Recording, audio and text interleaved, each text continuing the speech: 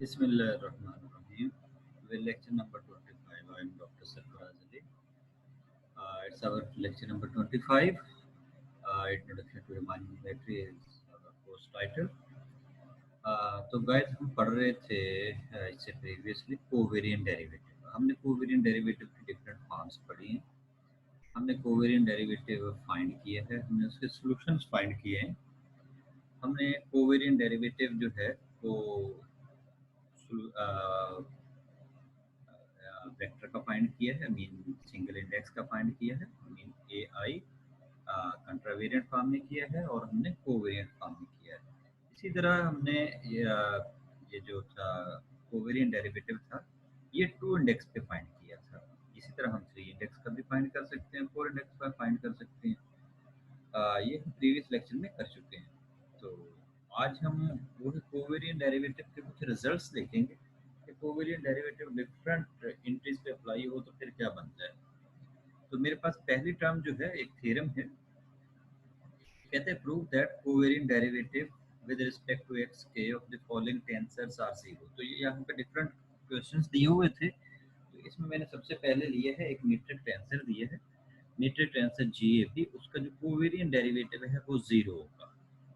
तो यहाँ से ऑनवर्ड और इससे पहले भी जहाँ पे हम कोवेरिएंट डेरिवेटिव लेंगे वहाँ हम सेमीकोलन लिखेंगे और जहाँ पे कॉमा लिखा होगा उसका मतलब पार्शियल डेरिवेटिव होगा। तो यहाँ पे जो दिया हुआ है जी ए बी सेमीकोलन सी, तो इट मीन या आपको ये दे दे या यहाँ पे लिख they prove that the covariant derivative of a metric tensor is zero, तो फिर भी वही बात है।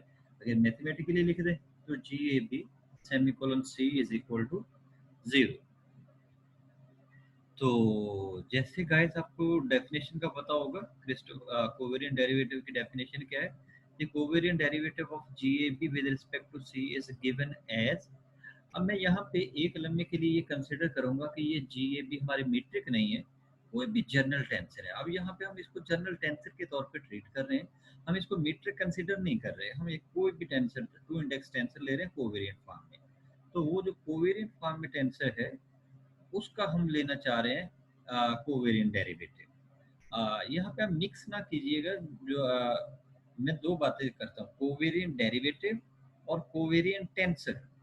तो कोवेरिएंट टेंसर एक्चुअली वो है जिसका इंडेक्स उसका सबस्क्रिप्ट के तौर पे दिया है, वो हमारा कोवेरिएंट टेंसर हो जाएगा और उसका हम कोवेरिएंट डेरिवेटिव ले रहे हैं। अब covariant derivative of GAB with respect to X C is given as, हमने यहाँ पे ये सी लिया तो तरीकेकार यही था, यहाँ पे सेमी कॉलन था तो पहली टर्म हमारी एज इट इज आ जाती थी पार्शियल डेरिवेटिव के तौर पे।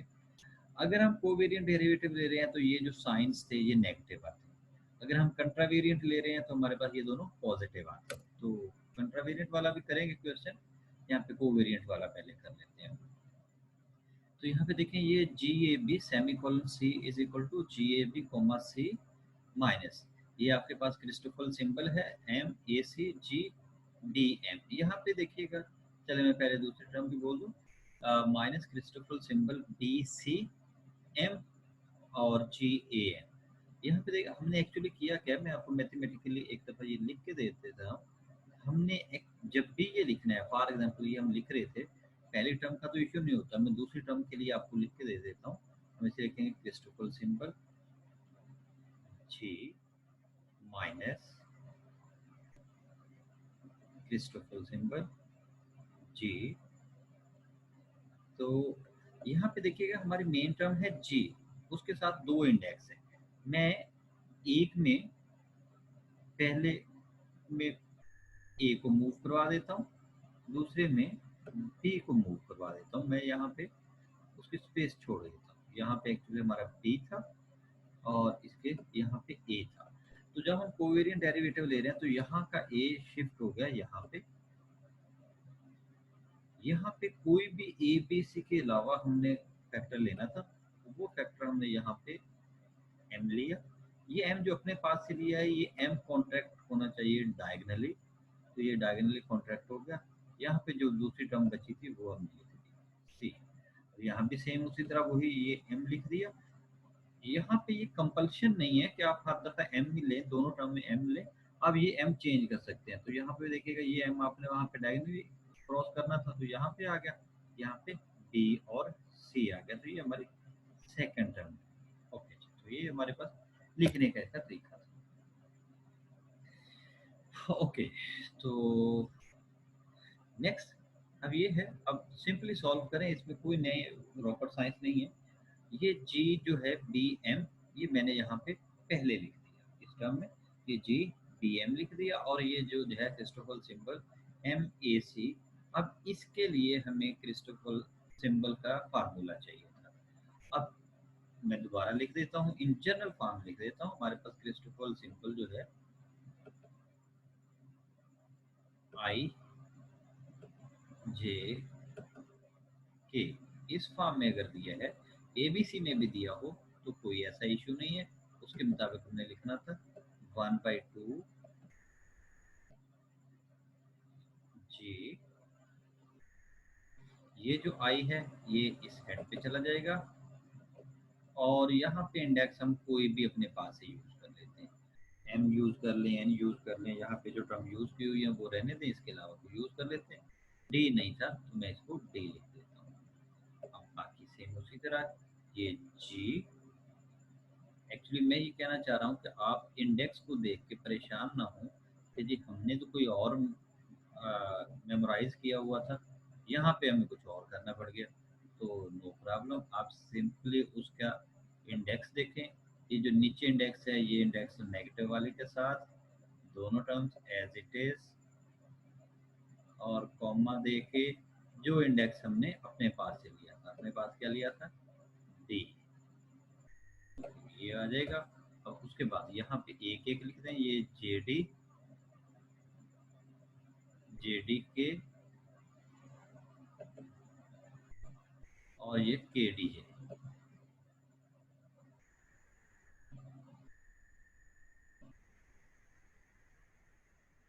देखे जी, तो अब यहाँ पे देखिएगा, ये आपने इसका जनरल फार्मूला लिख दिया। यहाँ पे आपके पास क्रिस्टोफल सिंबल है एम ए सी, तो आप एम ए सी के हिसाब से एम और आपने डी लिख दिया। ये आपके पास डी जो है ये नया वेरिएबल, तो बाकी जो दोनों इंडेक्स थे, ये देखिए आपने लास्ट टर्म के साथ ए सी लिख दिया, नेगेटिव आ गया, ए सी डी, बाकी दोनों में एक एक ए डी सी और सी डी ए, ये आ गई।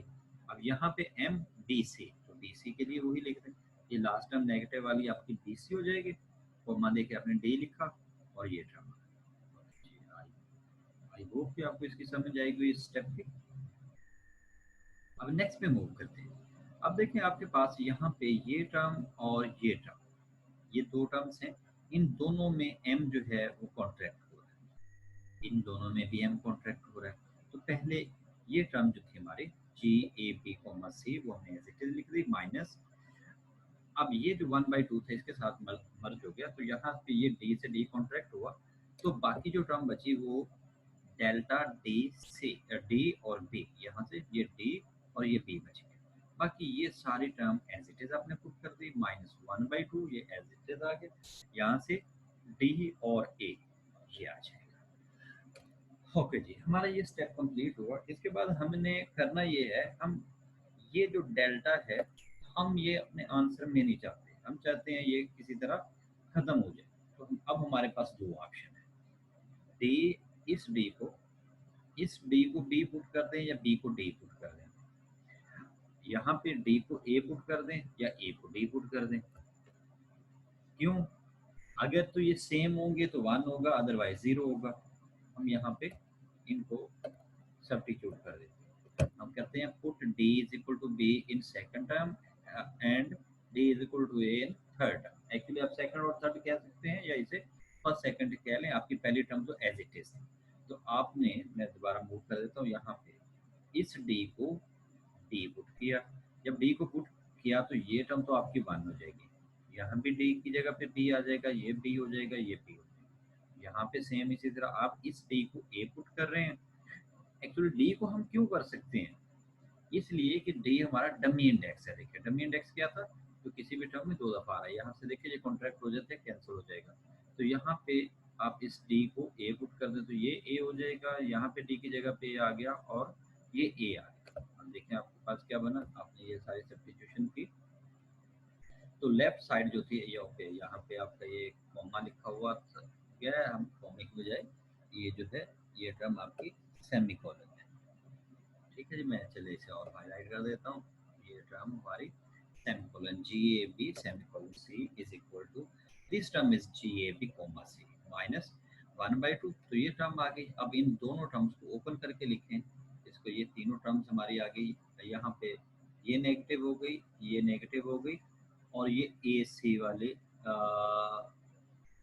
सॉरी ये नेगेटिव हो गई, सी बी ये नेगेटिव हो गई, उलट लिखा गया भाई, ये नेगेटिव हो गई, ये ए सी वाली पॉजिटिव हो गई, ये वाली पॉजिटिव हो गई हमारे। अब यहाँ पे ये माइनस से बी ए नेगेटिव हो गई, सी ए नेगेटिव हो गई, और ये प्लस हो गई, और फिर सिर्फ यहाँ पे होता। तो अब देखिएगा आपके पास जो जी, मैं यहाँ पे लिख देता हूँ, ये सिमेट्रिक होता है, g A b equal to होता है जी बी।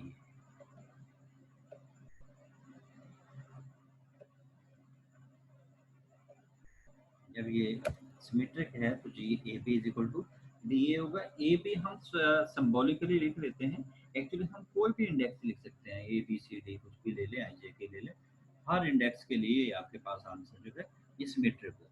तो अब यहाँ पे देखेंगे कि हमारी कौन कौन सी टर्म कैंसिल हो जाती है। हमारी ये जो टर्म है ए बी, ओके, ये कैंसिल नहीं होती। यहाँ पे ये सी बी दिया हुआ है पॉजिटिव, ये बी सी कहाँ पे है जी, ये बी सी ए, हाँ ये बी सी हमारा नेगेटिव था, ये बी सी ए ये पॉजिटिव आ गया, ये नेगेटिव किया था अभी हमने, वहाँ पे लिखा गया था ये नेगेटिव था। तो यहाँ पे ये ए सी और ये सी ए, ये पॉजिटिव ये नेगेटिव, मैं इनको इस तरह क्रॉस कर देता हूँ, ये आपके क्रॉस हो गया। बाकी आपके पास एक ये टर्म बच गई और ये टर्म बच गई, ये दोनों हाफ हैं, आप इसका सम करेंगे तो आपके पास जो टर्म आ जाएगी जी ए बी कॉमा सी आ जाएगा। तो फिर ये फर्स्ट टर्म जो है वो सेकंड टर्म के साथ कैंसिल हो जाएगी, आंसर आपका 0 आ जाएगा। तो हमने यही प्रूव करना था कि जो मीट्रिक टेंसर है उसका कोवेरिएंट डेरिवेटिव 0 आता है। तो गाइस ये प्रूव हो गया आपके पास, आई थिंक आपको इसकी समझ आई होगी। ओके, इसी को प्रूव करने के एक और तरीका है, अल्टरनेटिव मेथड है, देख लेते हैं क्या है जी। अल्टरनेटिवली हम इसे कह सकते हैं, ये वन वैसे वो ग्राफिकली ग्रामर के अकॉर्डिंग लिखा गया कि वो वर्ड की फाइल पे लिखा था।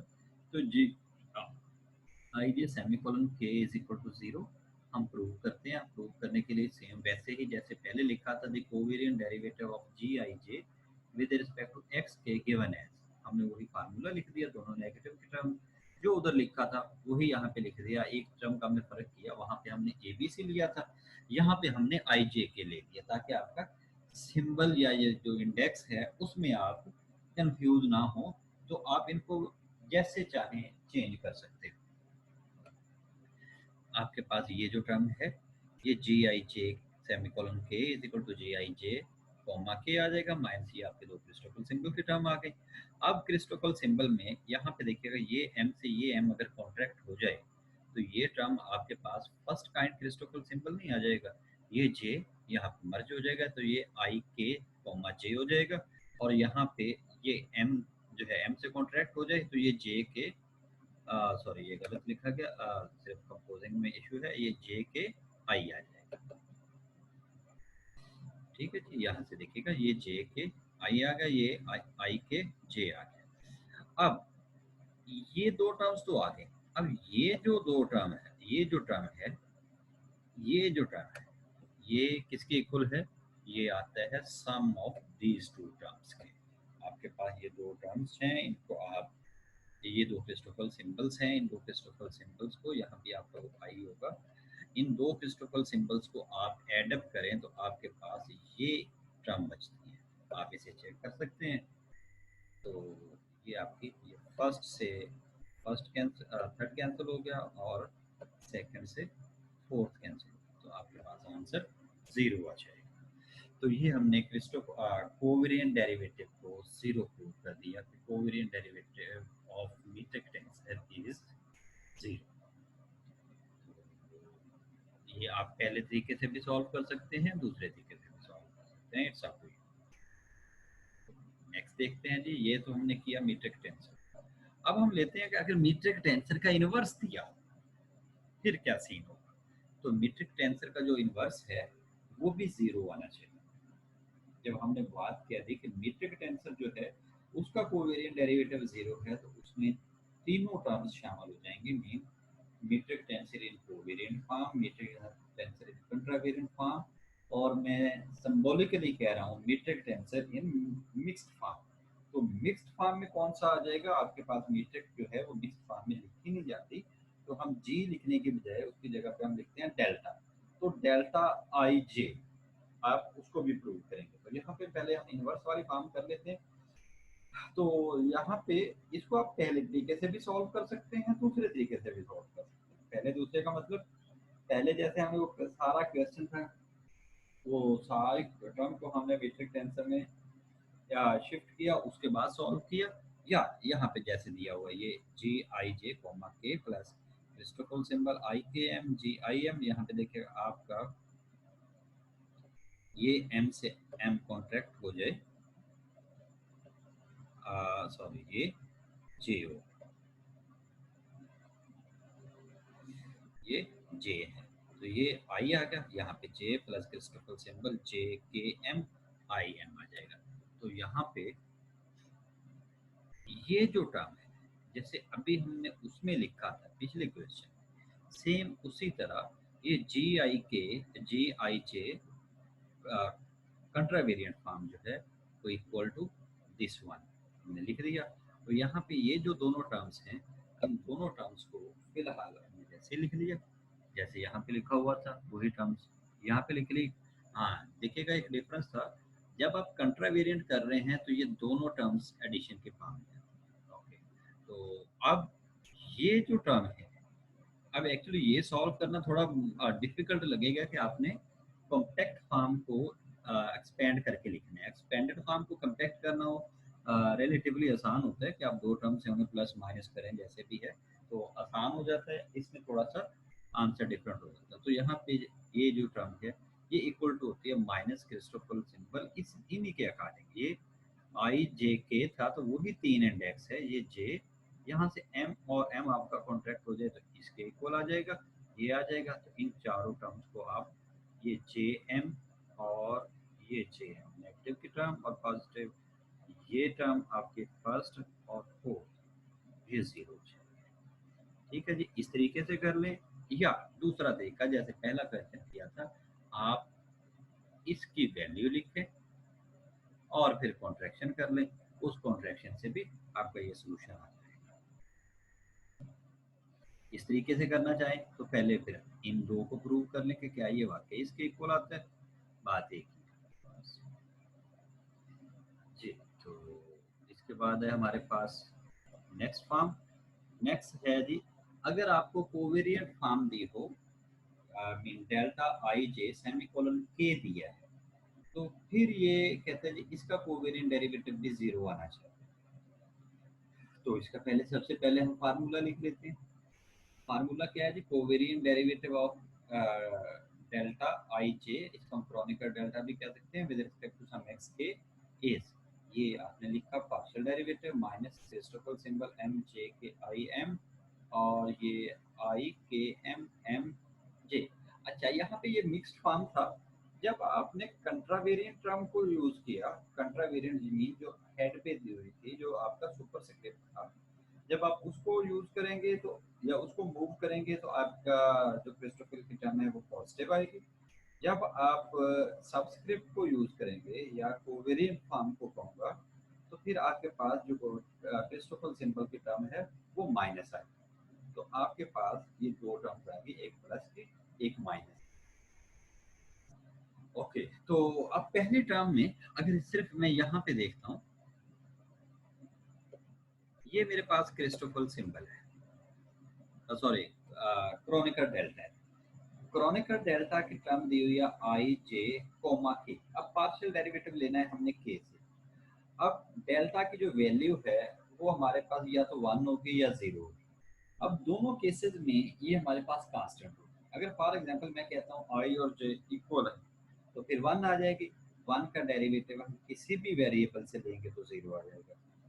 अगर हम इसको जीरो कहें कि आई और जे दोनों डिस्टिंक्ट है, डिफरेंट हैं, तो फिर हमारे पास आई और जे का जो डेरिवेटिव है, ये जो आई और जे के साथ ये डेल्टा है, ये जीरो हो जाएगा। तो जीरो का derivative with respect to any variable, तो कि हमारे पास कोई भी वेरिएबल हो सकते हैं जो भी आप कंसिडर करें, तो उससे आपका जीरो आ जाएगा।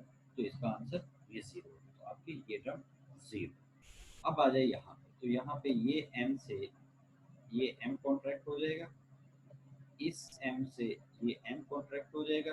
तो देखिएगा यहाँ पे आपके पास ये नेगेटिव की टर्म क्या बची, आई क्रिस्टोफल सिंबल पे आई जे के, और यहाँ पे आई के जे।